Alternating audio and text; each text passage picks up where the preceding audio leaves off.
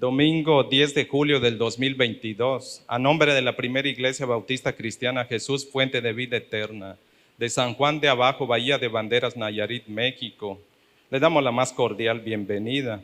Quiero invitarle amablemente a que elevemos esta oración y acto seguido estaremos leyendo y exponiendo la palabra. Señor, gracias te damos en esta mañana. Suplicamos, Padre, que nos permitas acercarnos con un corazón atento, así como han expresado el salmista, Padre, que podamos acercarnos para atesorar tus palabras y que a través de ellas nuestra vida sea transformada, que podamos amarlas, que iluminen nuestras vidas, es decir, que nos muestren en todo aquello que estamos viviendo lo que no te agrada y que rectifiquen nuestros pasos a través de tu bendita sabiduría. Ayúdanos, Señor, a entenderla, explícanosla tú, Señor.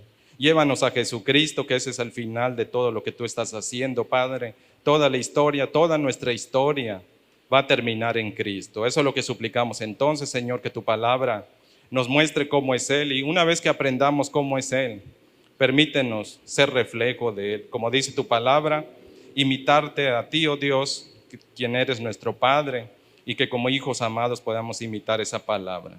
Abre la palabra para nosotros como tantas veces te hemos rogado, y abre nuestro corazón para tu palabra. En Jesucristo, amén. Le invito amablemente, me acompañe al libro de los Jueces, capítulo 6, y vamos a dar lectura solo de los versículos 11 al 28. Libro de los Jueces, capítulo 6, versículos del 11 al 28. Dice la palabra del Señor: Y vino el ángel de Jehová y se sentó debajo de la encina que está en Ofra, la cual era de Joás Abiezerrita. Y su hijo Gedeón estaba sacudiendo el trigo en el lagar para esconderlo de los madianitas. Y el ángel de Jehová se le apareció y le dijo: Jehová está contigo, varón esforzado y valiente. Y Gedeón le respondió: Señor mío, si Jehová está con nosotros, ¿por qué nos ha sobrevenido todo esto? ¿Y dónde están todas sus maravillas que nuestros padres nos han contado diciendo: no nos sacó Jehová de Egipto, y ahora Jehová nos ha desamparado y nos ha entregado en mano de los madianitas? Y mirándole Jehová le dijo: ve con esta tu fuerza y salvarás a Israel de la mano de los madianitas. ¿No te envío yo? Entonces le respondió: Señor mío, ¿con qué salvaré yo a Israel? He aquí mi familia es pobre en Manasés, y yo el menor en la casa de mi padre. Jehová le dijo: ciertamente yo estaré contigo y derrotarás a los madianitas como a un solo hombre. Y él respondió: yo te ruego que si he hallado gracia delante de ti, me des señal de que tú has hablado conmigo. Te ruego que no te vayas de aquí hasta que vuelva a ti y saque mi ofrenda y la ponga delante de ti. Y él respondió: yo esperaré hasta que vuelvas. Y entrando Gedeón preparó un cabrito y panes sin levadura de un efa de harina, y puso la carne en un canastillo y el caldo en una olla, y sacándolo se lo presentó debajo de aquella encina. Entonces el ángel de Dios le dijo: toma la carne y los panes sin levadura y ponlos sobre esta peña, y vierte el caldo. Y él lo hizo así. Y extendiendo el ángel de Jehová el báculo que tenía en su mano, tocó con la punta la carne y los panes sin levadura, y subió fuego de la peña, el cual consumió la carne y los panes sin levadura. Y el ángel de Jehová desapareció de su vista. Viendo entonces Gedeón que era el ángel de Jehová, dijo: Señor Jehová, que he visto al ángel de Jehová cara a cara. Pero Jehová le dijo: paz a ti, no tengas temor, no morirás. Y edificó ahí Gedeón altar a Jehová y lo mandó y lo llamó Jehová Shalom, el cual permanece hasta hoy en Ofra de los Abiezeritas. Aconteció que la misma noche le dijo Jehová: toma un toro del hato de tu padre, el segundo toro de 7 años, y derriba el altar de Baal que tu padre tiene, y corta también la imagen de acera que está junto a él. Y edifica altar a Jehová tu Dios en la cumbre de este peñasco en lugar conveniente. Y tomando el segundo toro, sacrifícalo en el holocausto con la madera de la imagen de acera que habrás cortado. Entonces Gedeón tomó 10 hombres de sus siervos e hizo como Jehová le dijo, mas temiendo hacerlo de día por la familia de su padre y por los hombres de la ciudad, lo hizo de noche. Por la mañana, cuando los de la ciudad se levantaron, he aquí que el altar de Baal estaba derribado y cortada la imagen de acera que estaba junto a él, y el segundo toro había sido ofrecido en holocausto sobre el altar edificado. Dios bendiga su palabra. Puede tomar asiento.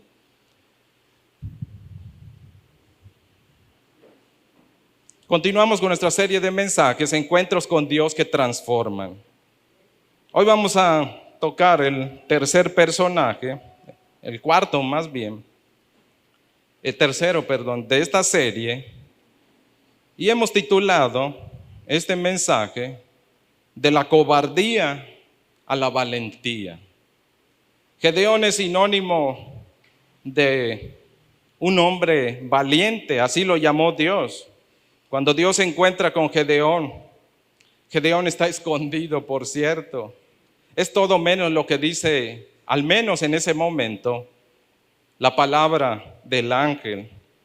El encuentro cercano que Dios tiene con Gedeón nos muestra cómo Dios puede convertir a una persona que vive dominada por el miedo en una persona que sea valiente, dedicada, diligente, esforzada. ¿Para qué? En primer lugar, para buscar a Dios, y en segundo lugar, para traer beneficio a toda su comunidad.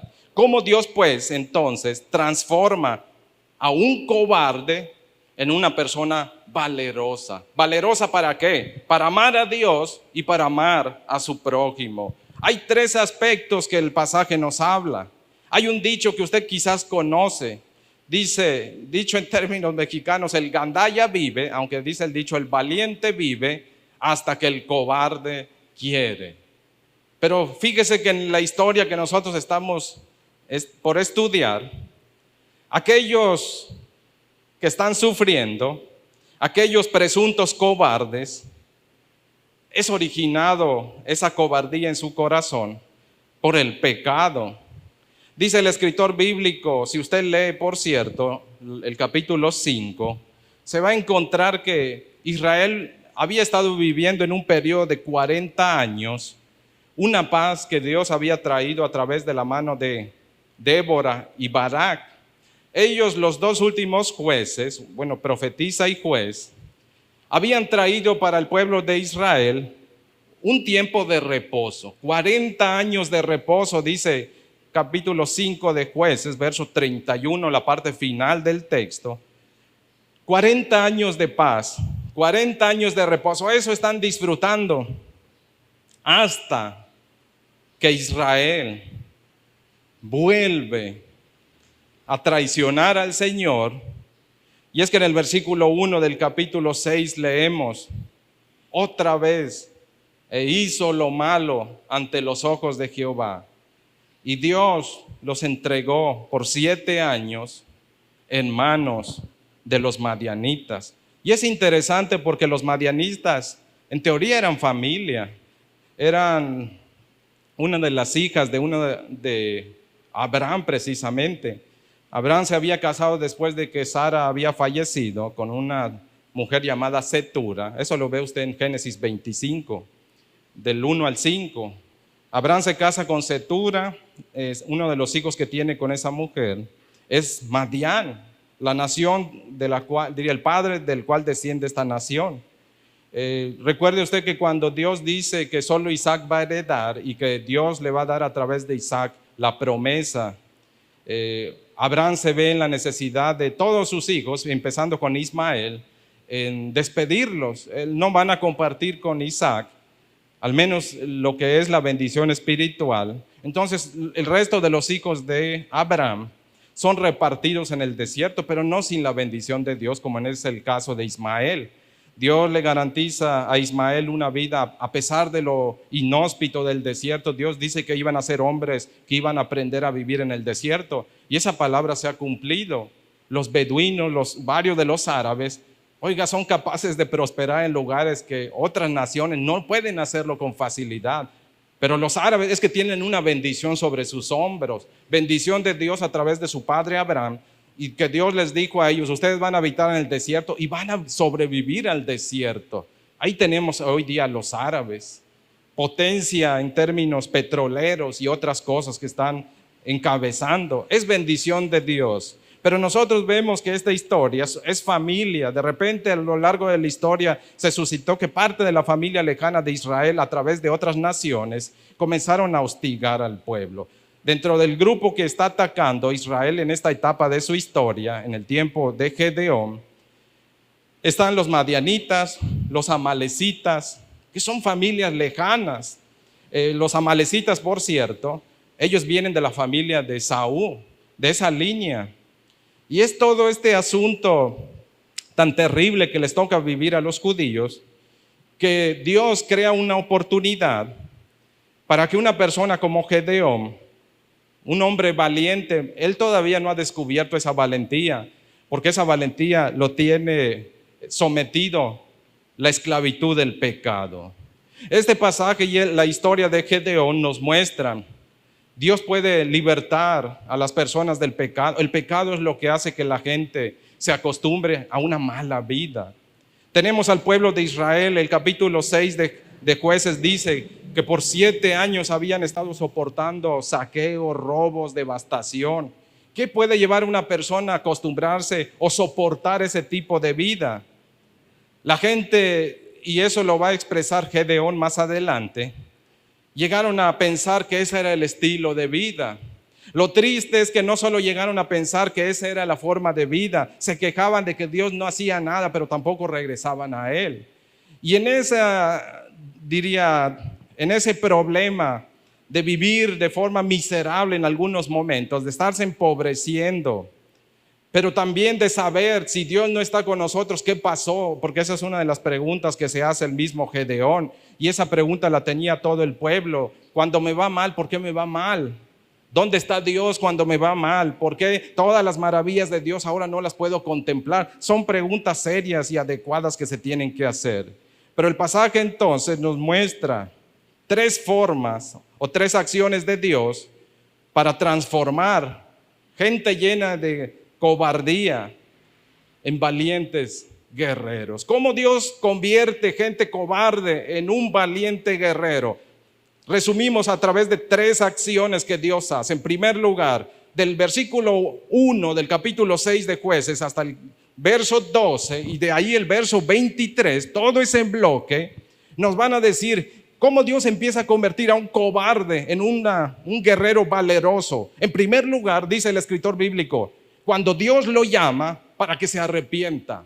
La cobardía termina cuando te encuentras con Dios y te entregas a Dios, porque la cobardía es fruto del pecado. Dice el Nuevo Testamento, el verdadero amor echa fuera el temor. ¿Cuál es el verdadero amor? El amor no es un sentir para nosotros, el amor para nosotros es una persona, es Jesucristo. Usted y yo sentimos, pero no es sentir meramente el amor. El amor para nosotros, la verdad para nosotros, no es algo abstracto, es una persona, es una relación, es Cristo y en este caso es Dios. Y en este caso dicen los estudiosos, generalmente en el Antiguo Testamento el ángel de Jehová, algunos lo equiparan con Jesucristo, es Jesucristo, lo equiparan con Él, no es Dios Padre, es el Hijo, porque el Espíritu se identifica claramente, no como el ángel de Jehová en el Antiguo Testamento. Entonces dicen, si estamos viendo la doctrina del Dios triuno, en el Nuevo, tiene su fundamento en el Antiguo, Jesús debe ser el ángel de Jehová entonces, es la forma en la que Él se representaba. Entonces como deidad, aparte el tono en el que habla el ángel de Jehová, Él no dice, Jehová ha dicho, Él habla en forma personal, porque Él es el Dios que habla. Si usted se fija, versículos del 8 al 10 de este capítulo 6, llega un profeta y él sí dice, Jehová ha dicho, porque Él es un hombre que habla como mensajero de Dios. Pero este ángel de Jehová no es un hombre, Él es Dios. Por eso no dice Jehová ha dicho, Él habla por sí mismo, porque Él es ese Dios que está confrontando a través de las dificultades. Dios, para llevar al arrepentimiento a un cobarde y hacerlo valeroso, en primer lugar lo confronta donde está y utiliza las adversidades. 7 años de ataques, hambre, inseguridad, destrucción, frustración, miedo, pobreza y robos. Eso es lo que viven. Eso está la gente sufriendo. Versículos de 2 al 6 explica de manera muy detallada todo el sufrimiento del pueblo. ¿De dónde viene el sufrimiento? Están pecando contra Dios, no se han arrepentido. Eso le dice el profeta. Se acerca el profeta, ellos están sufriendo. Y aquí hay una cuestión que debemos tener cuidado, y es una advertencia para nosotros. El texto dice: hicieron lo malo delante de Jehová, entonces están pagando las consecuencias. ¿Qué están pagando? Su realidad, su forma de vida se ve amenazada. Dios es el que tenía puesto la mano hacia sus enemigos para que no los tocara. Pero cuando ellos le dan la espalda a Dios y empiezan a traicionarlo, ¿cómo traicionaron a Dios? Bueno, fíjese, verso 25, Dios le dice a Gedeón: ve y derriba el altar de Baal, que su propio padre ha construido. Como que la familia de Gedeón, aunque eran pobres y supuestamente no tenían tanta influencia, pero habían repercutido de mala manera sobre el resto de la población. ¿Por qué? Porque parece que el centro de adoración comunitaria estaba en la casa y en el terreno del papá de Gedeón. Allí estaba no era solo el lugar de adoración del papá, era el de toda la comunidad. Como que todo el pueblo dijo: pues tú levanta el centro y nosotros te apoyamos. Así que levantan el templo a un lugar de adoración a Baal. Y hay dos cosas, si usted se va a fijar: Baal y Acera, un tronco que consideraban sagrado. No era una figura, era un tronco, porque Acera era la diosa supuestamente para los cananeos de la fertilidad, y se relacionaba a Acera con los bosques encantados. Y aparte Acera, Astarot, que era otro nombre que se le da, se decía que era esposa de Baal. Baal, el señor benefactor, le llamaban, que nada de benefactor tenía. Imagínense, están sufriendo, están adorando a un ídolo pagano como lo es Baal, y ellos le están pidiendo de alguna forma, porque eso es parte de la idea que da el texto, están encomendando su vida y su futuro a dos ídolos inútiles: Baal y su presunta esposa llamada Acera. Por eso usted va a leer en otros pasajes del Antiguo Testamento que aparecían juntos los dos siempre. Altar a Baal, una figura probablemente que también estaba representada a Baal. Hay diversas formas de representar. Según los poblados representaban a Baal, pero siempre lo representaban como un hombre. Acera lo representaban como un tronco, y probablemente dicen habían alguna serie de inscripciones raras o algo que evocaban a esa diosa, pero siempre estaban juntos. Por eso cuando Dios manda a Gedeón, le dice: derriba el altar y corta el tronco que sirve para leña, para el sacrificio. Pero es Dios llamándoles a través de las adversidades. Las adversidades muchas de las veces, si estamos obedeciendo a Dios, son para que maduremos en fe, para que tengamos mayor paciencia. Pero si no estamos obedeciendo a Dios, las adversidades Dios las utiliza para confrontarnos, para llamarnos al arrepentimiento. Dice el capítulo 6 en sus primeros versos, versículo 6 en particular: fue tal el dolor, la angustia que produjo el maltrato de toda esa gente. Les quitaban absolutamente todo a los judíos, a los israelitas. Barrían con la zona, lo que no se podían llevar. ¿Sabe qué hacían esta gente malvada? Lo que no cargamos lo destruimos. Por eso utiliza dos palabras: destrucción y devastación. Una cosa es que rompan algo y otra es que barran con toda la zona. De hecho dice que eran tan numerosos como las langostas. Venían y se robaban, mataban. Lo que no cargaban, lo mataban. Y lo que podían cargar se lo llevaban. Dice el versículo 6: de este modo empobrecía a Israel en gran manera por causa de Madián. Y fue el colmo, lo que derramó la gota del vaso. Y los hijos de Israel clamaron a Jehová. Ahora aquí hay un asunto. ¿Qué movió el corazón de Israel para buscar a Dios? Si bien las adversidades tienen esa intención, estás desobedeciendo a Dios. Cuando te confronta una adversidad, la adversidad tiene una tarea. Te agarra de la mano y te dice: ven a Dios, vuelve a Dios. Eleva los ojos, pide perdón, Él te va a ayudar. Pero aquí hay una cuestión con la que debemos tener mucho cuidado, porque hay gente que viene delante de Dios por sus adversidades, viene por el dolor de lo que pierde, no por su pecado, y eso no es arrepentimiento.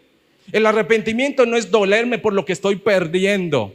El arrepentimiento es dolerme por lo que estoy haciendo y me está haciendo perder tal o cual cosa. Arrepentirse implica dolerse por el pecado, no por sus consecuencias.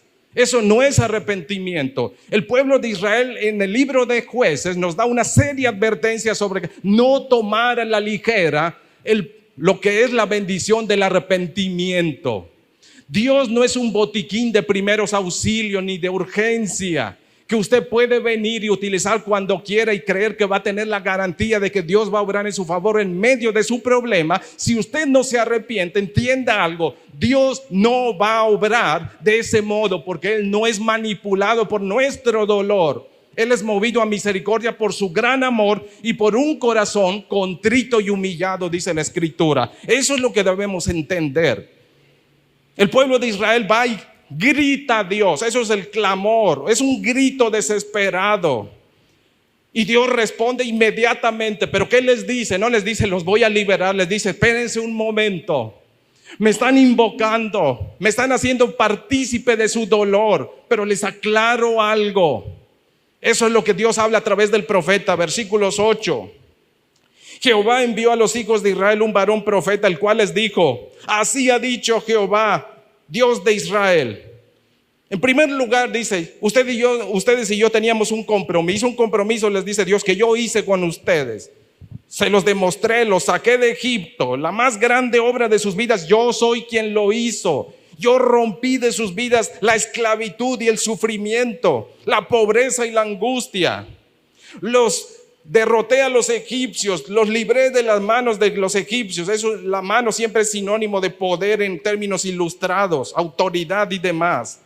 Les he derrotado a todos sus enemigos que les han causado dolor. He hecho todo eso delante de ustedes, los puse en un lugar bueno y agradable. Pero les dije también, yo hice eso, pero ustedes adquirieron un compromiso que no están respetando. ¿Qué obtuvieron entonces? Salvación de Dios. Primero obtuvieron una reprensión, una exhortación. Y eso debe entender usted algo. Cuando pecamos delante de Dios, cuando venimos a Él, debemos meditar bien en lo que le vamos a pedir. Y debemos meditar lo que Él demanda de nosotros. No solo son privilegios, tenemos obligaciones y responsabilidades por el pacto que Dios ha hecho a través de Jesucristo con nuestras vidas. No debemos tomar a la ligera el creer que solamente arrepentirse es venir sin haber meditado y ni tener la carga de pecado en el corazón y decir: le voy a pedir perdón a Dios, que me saque de este atoradero, y después de que me saque de este atoradero, yo sigo haciendo lo mismo. Eso no es el llamado que Dios está haciendo a arrepentimiento. No es lo que Dios busca.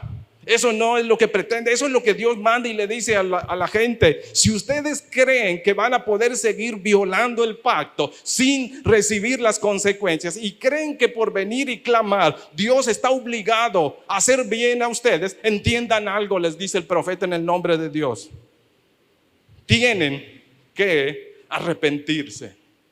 Deben arrepentirse. Verso 10. Yo soy Jehová vuestro Dios, no temáis a los dioses de los amorreos o de los cananeos. Es lo mismo, se utiliza a veces en sinónimo esas dos palabras. En cuya tierra ustedes viven. Dice, pero no hicieron eso. Les dije que solamente yo debería ser su Dios. Les dije que su lealtad y entrega era total hacia mí. ¿Por qué no me obedecieron?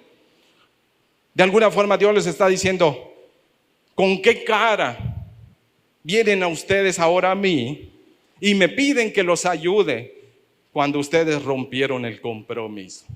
Cuando ustedes son los que están traicionando. Yo he hecho lo bueno para ustedes y ustedes no han accedido a comprometerse conmigo. Entonces, ¿por qué vienen y me piden las cosas? Es decir, Dios está haciendo a través de esa circunstancia que mediten muy bien en lo que significa el arrepentimiento. El arrepentimiento es eso. ¿Qué es? Es una actitud de dolor por el pecado. Es que Dios nos cambie la dirección en 180 grados. No es meramente un llanto. No es meramente una confesión y una simple confesión. Perdona mi pecado. ¿Cuál? ¿Qué has ofendido al Señor? En el Salmo 51 hemos explicado eso. El Salmo 51 nos dice, cuando vayas a Dios, dile exactamente qué hiciste, porque eso te va a traer el perdón adecuadamente. Te va a ayudar a confesar de forma como Dios quiere tu pecado. El pueblo se acerca y Dios le dice, ustedes faltaron, pero aún así Dios se compadece y los invita. La raíz de todos los males del pueblo es que habían abandonado a Dios. La raíz de algunos males de nuestra vida puede deberse a que no estamos siendo fieles al pacto del Señor, que lo estamos ofendiendo. Hay 3 preguntas que se hace Gedeón, y son preguntas válidas, y son preguntas que usted y yo tenemos que hacernos. ¿Por qué nos está sucediendo lo que nos está sucediendo? ¿De dónde deriva? Si estoy obedeciendo a Dios, entonces voy a guardar con paciencia lo que Dios haga. Pero si no estoy obedeciendo a Dios, entonces creo que el problema empieza por ahí. Eso es lo que está de alguna forma meditando Gedeón. ¿Qué lugar tiene Dios en nuestra vida? Eso es importante de responder, porque lo que sufro puede que se deba a que no tengo a Dios en mi vida, a que no le estoy dando el lugar adecuado. Ese es uno de los aspectos que el profeta también está confrontando al pueblo. Le dice al pueblo, ¿dónde estás tú en relación a Dios? Gedeón dice, Dios nos ha desamparado, parece que Dios nos desamparó. Versículo 13, la parte final. Jehová nos desamparó, Jehová nos entregó. ¿Por qué? Si Dios no te favorece, ¿por qué crees que no te favorezca? Si Dios no ha mostrado sus maravillas, ¿por qué crees que no ha mostrado sus maravillas? Deuteronomio capítulo 28, verso 43, versos 50 y verso 51. Dice que cuando nosotros abandonamos su pacto, cosechamos maldición. Dice que cuando le damos la espalda, vamos a ser empobrecidos, golpeados, vamos a sufrir. ¿Por qué? Porque lo estamos dejando a Él. Y diría el libro de Jeremías, Él es un pozo con agua y estamos buscando pozos llenos de arena y tierra. Lo cambiamos. O diría otro escritor del Antiguo Testamento, Él es la nube, Él es el agua de vida y estamos buscando nubes vacías. Por eso sufrimos, porque lo dejamos a Él, porque lo abandonamos a Él. Eso le está diciendo Dios al pueblo. Cuando Dios confronta a través de la adversidad, nos llama arrepentimiento, pero nos dice, mediten muy bien en cómo se van a acercar a Dios. ¿Por qué busca a Dios? ¿Porque le dolió perder trabajo, dinero, posición, familia? ¿O porque realmente le duele su pecado? Porque ya no está conforme en vivir como vive y usted quiere que Dios haga algo nuevo y está dispuesto a comprometerse con Él. Eso es arrepentimiento, someterse a Dios para obedecerlo. Arrepentimiento no es, quiero recuperar lo que perdí, por eso lo busco. Quiero recuperar mi posición, por eso lo busco. Y pues le confieso por ahí más o menos, no, eso no es arrepentimiento. Dios no está buscando eso, Dios no está procurando eso. Y hay algo muy valioso que nos enseña la vida del pueblo de Israel junto con la de Gedeón en ese aspecto. Que para que usted entienda y proceda adecuadamente el arrepentimiento, tiene que dejar que la palabra de Dios lo confronte. El ángel se acerca a Gedeón, dice el versículo 11, es el ángel de Jehová el que se aparece, pero se sienta frente a Gedeón, debajo de un árbol grande. Gedeón está en un lugar inapropiado, que es un lagar. En un lagar no se trilla el trigo, es decir, no se sacude, no se le quita la paja. Está escondido, temeroso, frustrado. Y ahí es donde Dios lo encuentra. Las situaciones que está viviendo a causa de que el pueblo no se ha arrepentido y el propio Gedeón no se ha arrepentido, está sufriendo lo que está sufriendo. Y ahí es donde Dios se le presenta y lo confronta. ¿Sabe? Para que usted entienda adecuadamente las circunstancias que vive, la realidad que vive. Si está viviendo sufrimiento, dele lugar a la palabra le va a explicar por qué usted está donde está. Dele lugar a la palabra porque la palabra le va a dar discernimiento y sabiduría adecuada para que usted entienda por qué Dios aparentemente no está. La palabra del ángel de Dios, del ángel de Jehová, intencionalmente desafía a Gedeón para que confronte su vida. Eso hace la palabra, nos confronta directamente. Cuando el ángel, verso 12, le dice: Jehová está contigo, varón esforzado y valiente. Esas dos frases, Dios está contigo, dice Gedeón, ¿dónde? ¿Por qué no puede apreciar la mano de Dios? Por su pecado. El pecado es lo que impide a la gente distinguir, discernir que Dios está en su vida. El pecado no permite ver eso. Pero cuando Dios le dice a Gedeón, guerrero valiente, la Nueva Traducción Viviente, la Nueva Versión Internacional, la Dios habla hoy, por cierto, en su forma de traducir el texto, amplía mucho más el sentido de esa frase que utiliza el ángel. Le está diciendo Dios a un, perdone la expresión, a un cobarde que está oculto, que está temeroso, que está amargado y frustrado. A él le dice Dios, varón esforzado y valiente. ¿Qué significa eso? Estás viviendo en contra de lo que tú eres. De hecho, el nombre de Gedeón significa, tiene dos significados, pero el más importante que se destaca: guerrero. ¿Qué hace un guerrero escondido? Es decir, va en contra de su identidad. El pecado siempre hace que el ser humano vaya en contra para lo cual fue diseñado. Eso está haciendo un guerrero valiente. De hecho, su nombre también tiene cierta semejanza con una palabra que es valiente, poderoso, guerrero. Gibón o Gibor. Suena semejante, no es el mismo, pero tiene el mismo sonido. Y en este aspecto, Dios le dice a ese amargado, frustrado y temeroso: estás yendo en contra para lo cual te diseñé. Incluso tu familia te puso un nombre que no estás honrando. Estás yendo en contra del nombre que te pusieron, porque no estás peleando. Estás rendido, miedoso, escondido. No para eso, sumido en tu miseria y en tu pecado. Dios no te creó para eso. No te dieron ese nombre. Usted y yo tenemos un nombre. No hablo de los nombres que están registrados, diría, en nuestras actas de nacimiento. No hablo de la identidad que ello significa, pero usted y yo delante de Dios fuimos creados para vivir para la honra del Señor y para vivir de forma honorable y digna, no en la miseria del pecado, no tolerando el pecado, no tolerando toda la basura que ello ofrece. Y ahí es donde el Señor nos confronta a través de su palabra. Si hay pecado, nos quiere mostrar: no fuimos diseñados para estar en servidumbre y esclavitud del pecado. La Escritura afirma: el bienestar y la prosperidad de los hombres, de las personas, depende en la manera en que se relacionan con Dios. Es necesario dos cosas, dice el pasaje. Necesitas confesar con sinceridad y honestidad tu pecado, y necesitas rogarle a Dios que te aparte de él. Eso es lo que Dios le está diciendo de alguna forma al pueblo, y eso es lo que hace con Gedeón. Se acerca a Gedeón, lo confronta, le dice: lo que estás viviendo no va conforme a lo que fuiste llamado ni diseñado para hacer. Vas en contra de todo eso. Y lo que Gedeón dice en el verso 13 no es una queja, es una confesión. ¿Qué confiesa? Gedeón respondió: Señor, si Jehová está en este momento con nosotros, ¿por qué nos está pasando todo lo que nos está pasando? Y no solo por qué nos está pasando, ¿dónde están sus maravillas? Esas tres preguntas de repente volcan el corazón de Gedeón y dicen: ya me acordé. Ver la parte final. Y ahora Jehová, eso es el lenguaje del Deuteronomio. Jehová nos ha desamparado, Jehová nos ha entregado, porque nosotros lo hemos traicionado.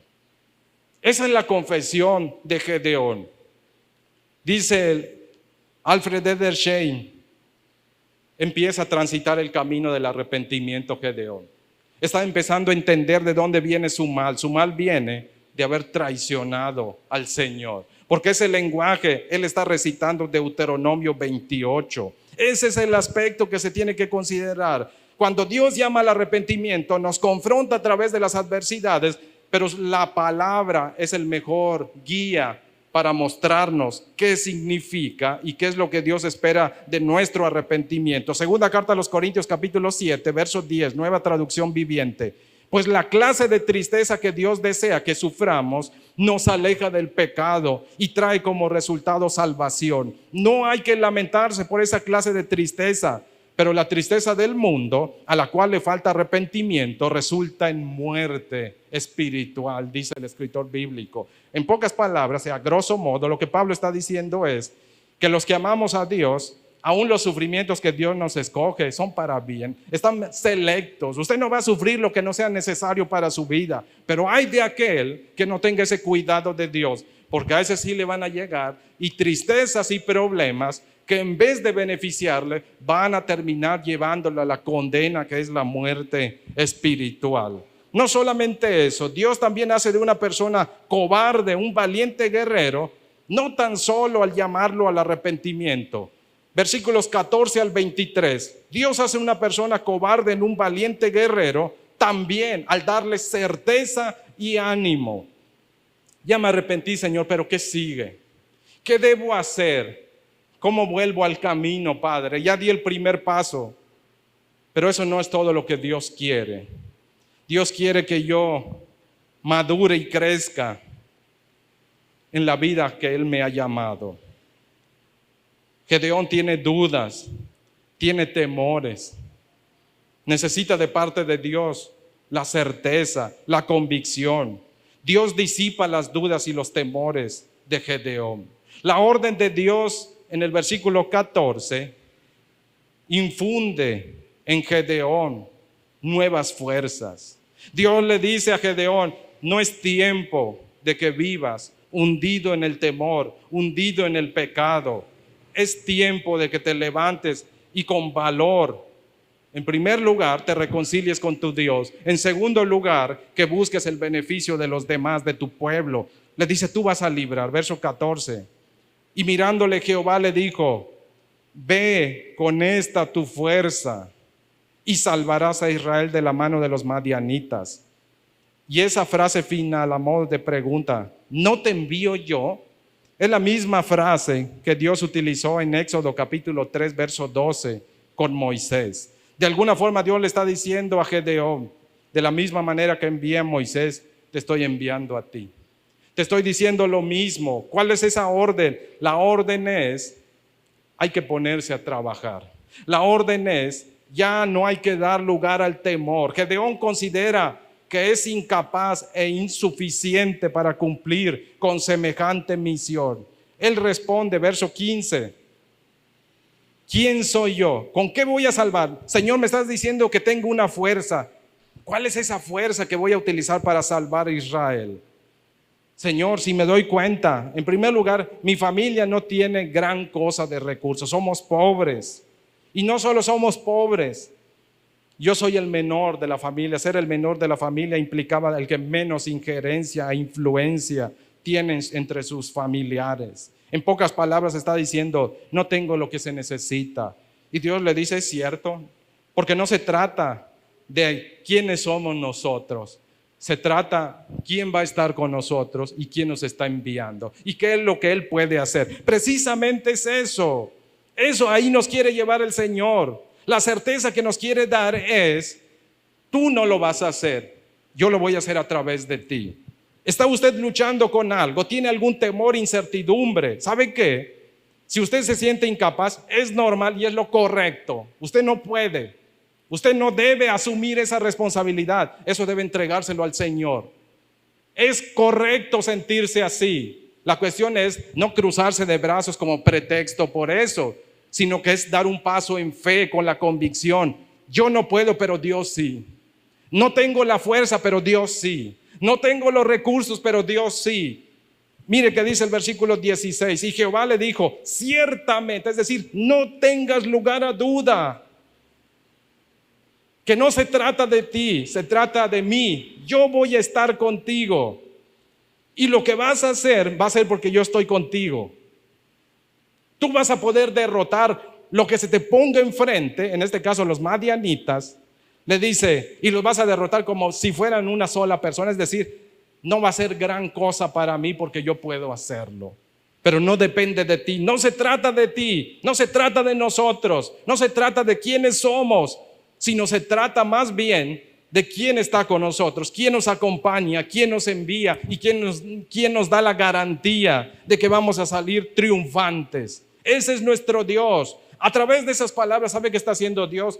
Es lo que en el Nuevo Testamento se llama animar. Infunde, su palabra entra.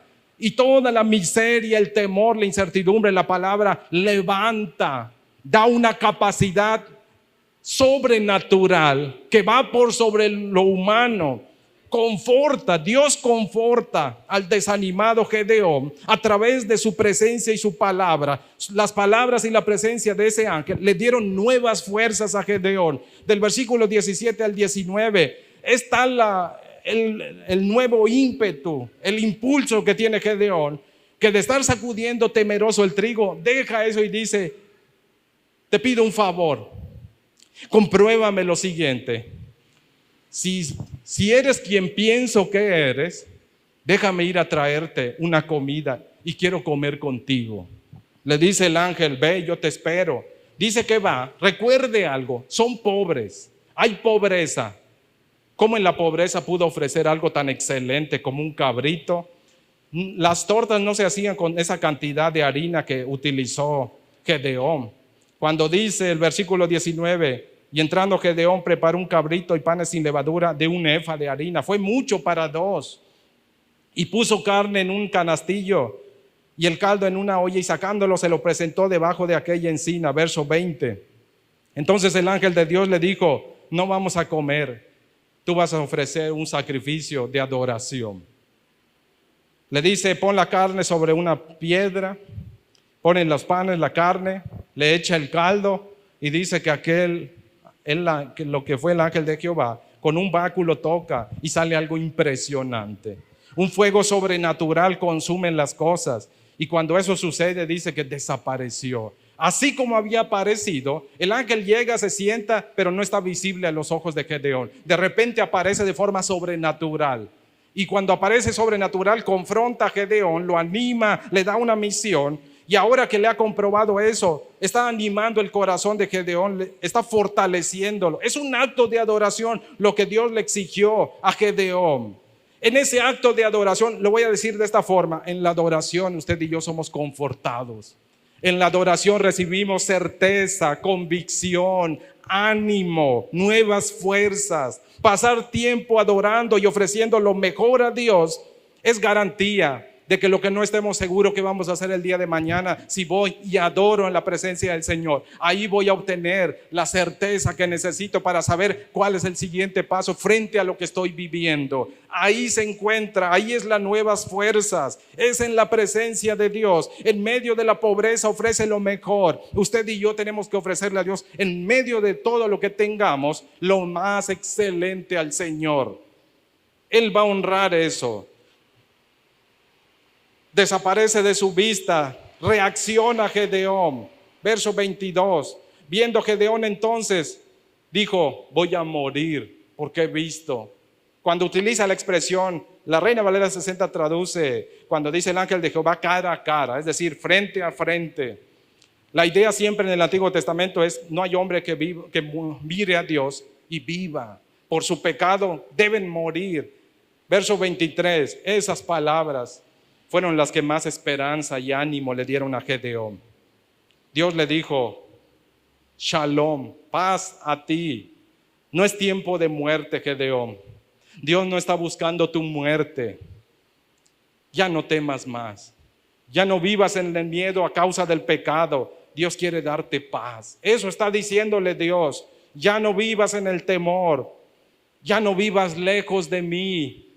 Quiero darte paz. Es tiempo de paz, es tiempo de reconciliación. Y luego le dice finalmente: si mereces morir, eres un condenado a muerte, pero yo elijo que no mueras, porque otro iba a morir por él, Jesucristo.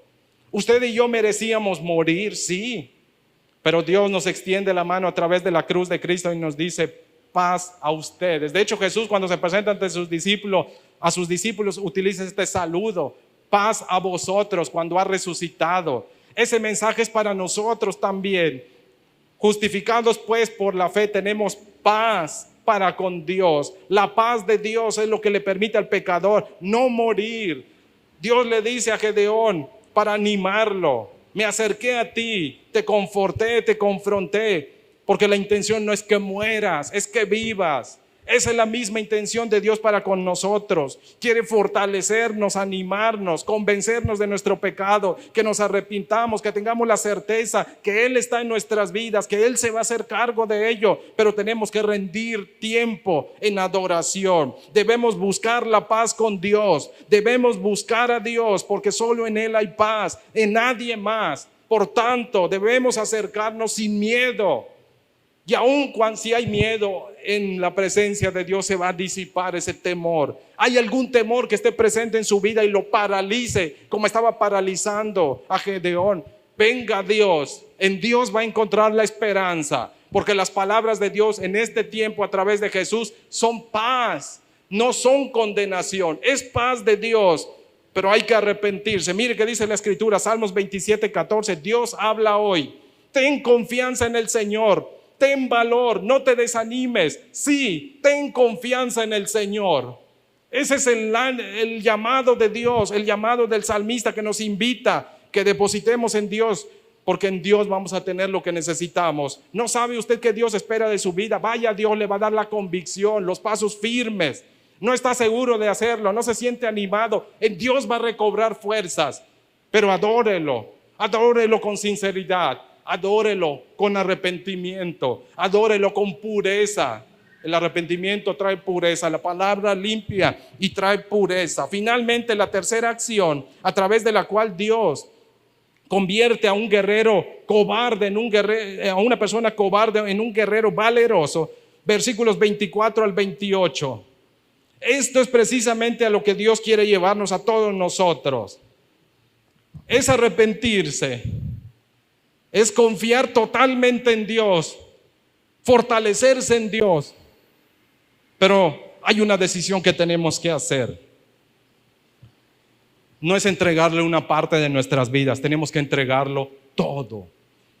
Dios, para que saque y destierre la cobardía de nuestro corazón y nos llene de valor, es necesario que le entreguemos todo. Dios demanda o requiere. Dios transforma a un cobarde en un valeroso guerrero al requerir, es decir, poner como requisito, entrégate absolutamente todo. Dice el versículo 24, Dios le da paz a Gedeón y Gedeón dice, bendito Dios, no morí. Verso 24, y edificó ahí Gedeón el altar a Jehová y lo llamó Jehová Shalom, paz con Dios, el cual permanece, dice el escritor, hasta hoy en Ofra, del tiempo que escribe el escritor al tiempo que se plantó aquel altar, había pasado cierto lapso, probablemente unos cuantos siglos, si no es que de siglos particularmente. Pero esa es la nota, le llaman nota de editor. El que nos está contando la historia en Jueces no vivió en el mismo tiempo de Gedeón, él solo registró por escrito. Eso es parte de la nota. Pero lo importante aquí es esto: Gedeón levanta un altar. Pero en el versículo 25 dice, Dios le dijo esa misma noche, ¿qué noche? Cuando se encontró con Gedeón y Gedeón hizo un compromiso de acceder, se arrepintió y accedió que se va a someter a Dios. Entonces Dios se le aparece esa misma noche y le dice, Gedeón, tengo una tarea para ti. Verso 25, aconteció que la misma noche le dijo Jehová, toma un toro del hato de tu padre. Tomó 2 toros, uno de ellos tenía 7 años, es decir, estaba en el mayor vigor, eran los mejores toros para procrear y demás. La fortaleza de ese animal le iba a permitir concretar la tarea que le estaba dando Dios. ¿Cuál era la tarea? Derribar el altar. No eran unas cuantas piedritas, era algo pesado. Toma un toro del hato de tu padre, el segundo toro de 7 años, y derriba el altar de Baal que tu padre tiene. Y corta también la imagen de acera que está junto a él. Esta es la parte más difícil de la valentía que Dios demanda de nosotros. ¿Sabe qué nos está diciendo el Señor? 0 altares paganos en el corazón. Corta toda tradición, costumbre que esté cimentado en el pecado y que tu familia te haya dado. Tienes que tomar una decisión.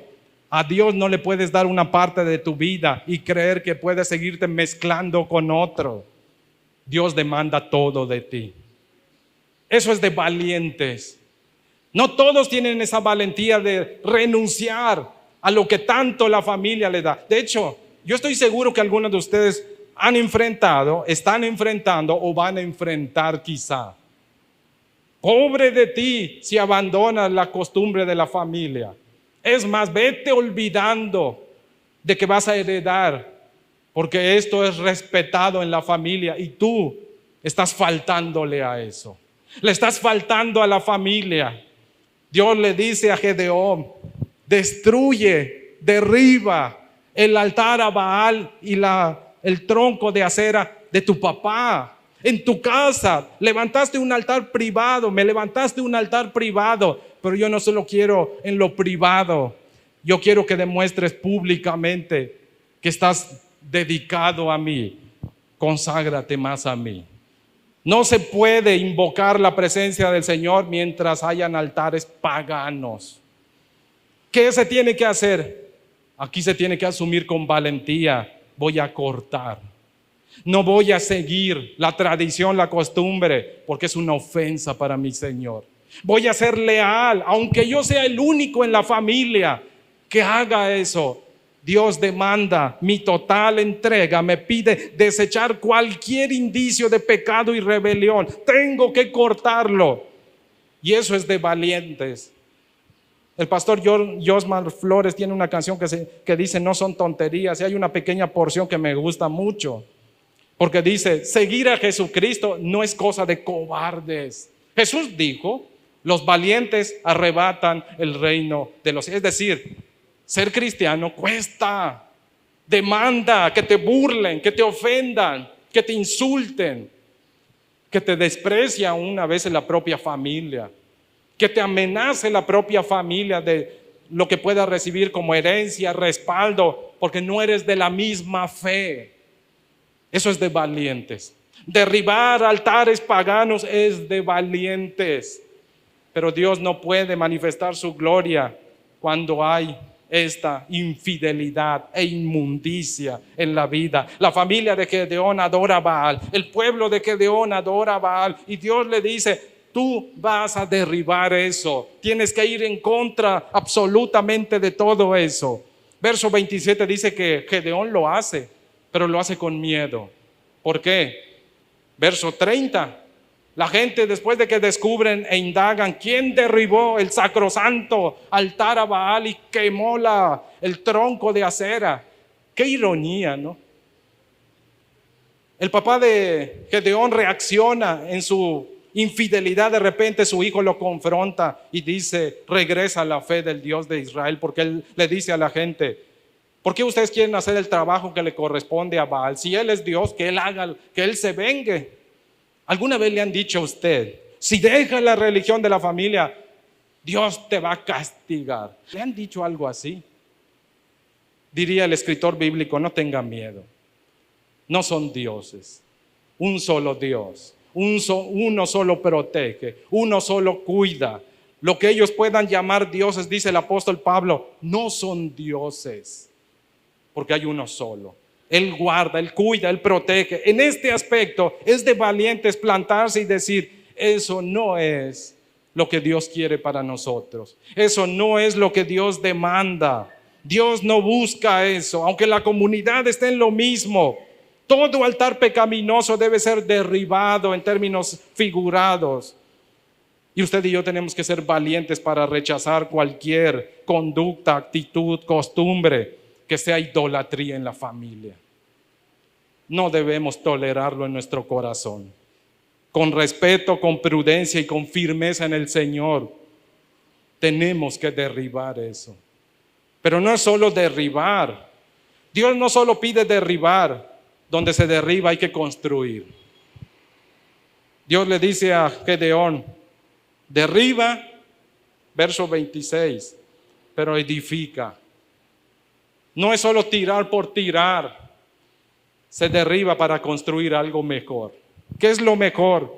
Que la familia conozca a Dios, que la familia encuentre la paz de Dios, que la familia encuentre la bondad, la misericordia de nuestro Dios. Dios manda que se consagre totalmente Gedeón y familia y nación, para que vean la mano. Fíjense en esto.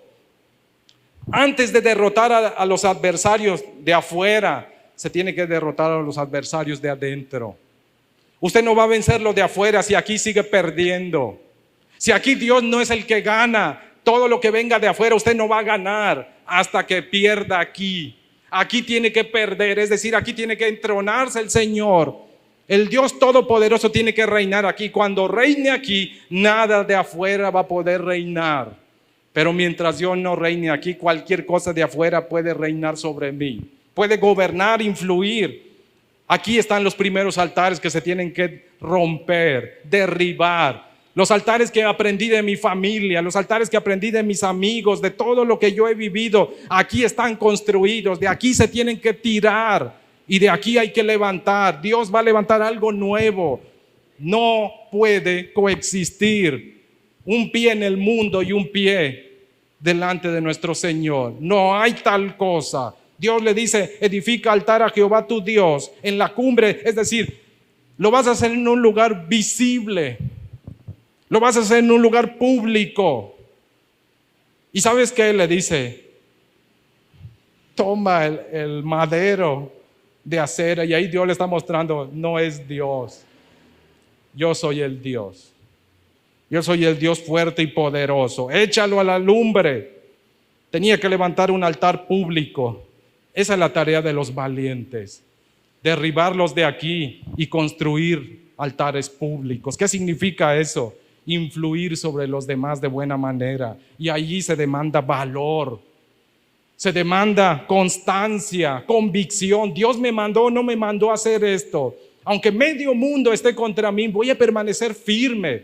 Me voy a entregar a mi Señor, aunque nadie más quiera hacerlo. Si mi familia quiere ir en contra, voy a mantenerme delante del Señor consagrado. Eso es lo que demanda. Por eso se requiere valentía. Eso no es de cobardes. Eso no es de cobardes. Esa valentía solo puede venir del Señor. El pecado es lo que nos hace agacharnos, callar, ser pasivos, cruzarnos de brazos, tolerar lo intolerable. Y Dios nos dice que no es la forma de vida que Él tiene para nosotros. Dios no comparte su gloria con absolutamente nadie, dice Isaías 42:8. Dios exige entrega total, Deuteronomio 6:5. Y también ha dicho, Éxodo 23, no debes tener dioses ajenos delante de mí. No te está permitido porque yo te he hecho bien, yo te creé. Yo hice por ti esto y esto. ¿Cómo puedes darle tu lealtad a otro? Solo Dios debe reinar. Solo Dios debe ser nuestro Señor. Mire qué dice la Escritura. Primer libro de Samuel, capítulo 12, versos 20 al 21, nueva traducción viviente. No teman, los tranquilizó Samuel. De verdad han hecho mal. Pero ahora asegúrense de adorar al Señor con todo el corazón y no le den la espalda. No vuelvan a rendir culto a ídolos despreciables que no pueden ayudarlos o rescatarlos. Son completamente inútiles. ¿Qué debemos hacer? Alguien dijo con mucha razón, cuando pequemos no es apartarnos de Dios, es apartarnos del pecado. Primer libro de Samuel, capítulo 12, versos 20-21 dice, has hecho mal, sí, pero Dios te sigue esperando para que te arrepientas y asegúrate de consagrar totalmente tu vida para que Dios te manifieste su amor y su bondad. No vuelvas a lo mismo. Confía en que Dios te puede sostener y mantener caminando de forma firme, porque Dios se ha comprometido a hacerlo si usted sigue leyendo el mismo texto. En conclusión, pasar de la cobardía a la valentía inicia con un acto de fe. Ese acto de fe implica confesión y arrepentimiento. Crece con la convicción que da Dios a través de su presencia y su palabra, convicción que se fortalece a través de la adoración, y esta va madurando hasta que se manifieste en una consagración privada y pública. Eso es lo que Dios demanda, y eso solo es cosa de valientes. Solamente con la valentía de Dios. Mire qué dice el escritor bíblico, segunda carta a Timoteo, capítulo 1, verso 7, palabra de Dios para todos. Porque el Espíritu que Dios nos ha dado no nos hace cobardes, sino que Él es para nosotros fuente de poder, amor. La 60 traduce dominio propio. Buen juicio tiene que ver con controlarse a uno mismo. Eso es Dios para nosotros. Dios no nos ha dado un espíritu de cobardía. Dios nos ha dado un espíritu que es su espíritu para fortalecer el nuestro, en que tengamos lo que se necesita para vencer, en que amemos como Dios ama y en que aprendamos a tomar decisiones sensatas de buen juicio, con dominio, templanza. Ese es el sentido del texto. Le invito amablemente a ponerse sobre sus pies. Y Dios tiene un llamado para nosotros. ¿Cuántos altares le restan derribar? ¿Está viviendo algún sufrimiento, circunstancia adversa? Pregúntese, ¿cómo está mi relación con Dios? ¿Estoy obedeciendo? ¿Estoy desobedeciendo? ¿Qué lugar tiene Dios en mi vida? ¿Por qué estaré cosechando lo que estoy cosechando? Si Dios es bueno, Dios es fiel, ¿por qué no veo esa bondad y fidelidad en mi vida? Quizá requiera confesarle al Señor y decirle: Señor, no vengo a ti para utilizarte como un botiquín de primeros auxilios. Quiero depender de ti absolutamente. Quiero suplicarte, Señor, que tú me des la convicción de que estoy mal delante de ti si estoy. Y si no estoy mal, dame también la certeza de que tú vas a mi lado y de que tú me vas a sacar de lo que estoy viviendo y que tú vas a hacer tu obra. Pero no solo eso. Si hay algo que deba derribar, ayúdame a derribarlo y a construir sobre eso un lugar propicio para encontrarme contigo. Un lugar que te adore, que te exalte y que los demás lo puedan contemplar y ser transformados de la misma manera. Señor, gracias te damos en esta tarde por tu amor, tu misericordia. Ayúdanos, Señor, si hemos vivido en el temor, en la angustia, si el pecado nos ha paralizado, Señor, si no hemos emprendido acciones de fe y obediencia, porque hay algo en nuestras vidas que nos detiene, porque hay algo en nuestras vidas, Señor, que nos hace acusaciones de parte del adversario que nos dicen que cómo podemos hacer esto o lo otro, si nuestra vida, oh Dios, está tal o cual circunstancia que te ofende. Si ese es el caso, perdónanos y ayúdanos. Enséñanos qué es arrepentirnos de verdad, Señor. Enséñanos que es más que una confesión, que es más que un sentido de tristeza y pesar, que implica, Señor, realmente detestar el pecado y suplicarte que nos apartes de él, porque nosotros no podemos hacerlo. Pero también significa, Señor, tener la certeza, la convicción de que tú nos vas a ayudar, de que lo que nosotros no podemos hacer, a través de ti sí lo vamos a lograr, Señor. Porque lo importante es que tú estés en nuestra vida y la garantía de que vamos a salir victoriosos frente a cualquier circunstancia. Y la primera de ellas que tú nos demandas es derribar los altares en nuestras familias, en nuestros corazones. A rendirnos como lo hizo Gedeón en primer lugar, cuando levantó el altar, Señor, y lo llamó Jehová Shalom. Que nuestras vidas hayan también altares, Señor, altares de adoración y de paz hacia ti. Pero no solamente en nuestras vidas privadas, sino también, oh Dios, hacia nuestras familias y en la vida pública. Es decir, que sea evidente en nuestras vidas de que estamos consagrando y entregando nuestras vidas totalmente a ti. Ayúdanos a entender, Señor, que tú no quieres una entrega parcial, que tú quieres una entrega total hacia ti. Y ahí es donde necesitamos valor, Señor, porque hay algunas cuestiones que nos va a tocar y nos está tocando quizá enfrentar, Padre, que algunos de nosotros nos sentimos insuficientes e incapaces. Pero venimos delante de ti a suplicarte, renueva nuestras fuerzas si ese es el caso, Padre. Ayúdanos a mantenernos firmes y diligentes, a no titubear, Señor. Y aún como Gedeón, Señor, que tu presencia nos conforte, que tu presencia nos marque el paso y que obedezcamos oportunamente. Aún si titubeamos quizá en hacer algunas cosas, danos tú la convicción que necesitamos de que lo que vamos a hacer, Señor, es tu voluntad. Y permítenos hacerla con firmeza. Ayúdanos, Señor, aún en los riesgos, aún todo lo que amerita, Señor, ir en contra de la corriente de este mundo. Ayúdanos a mantenernos firmes. Queremos ser valientes para tu obra. Sabemos, Señor, que la tarea no es fácil, pero tú has prometido estar con nosotros. Y sabemos que honras tu palabra y sabemos que honras el compromiso que haces. Ahora te suplicamos que nos permitas a nosotros, Señor, poder mantenernos con tu ayuda, con tu favor, con tu poder, firmes a ese propósito. No solamente a ver o a anhelar, Padre, los privilegios, sino también a través de tu poder y fuerza y de tu Santo Espíritu, a cumplir fielmente en fe, Señor, con las responsabilidades y llamado que tú tienes para nosotros. Te lo suplicamos y rogamos por amor de tu Hijo amado Jesucristo. Amén.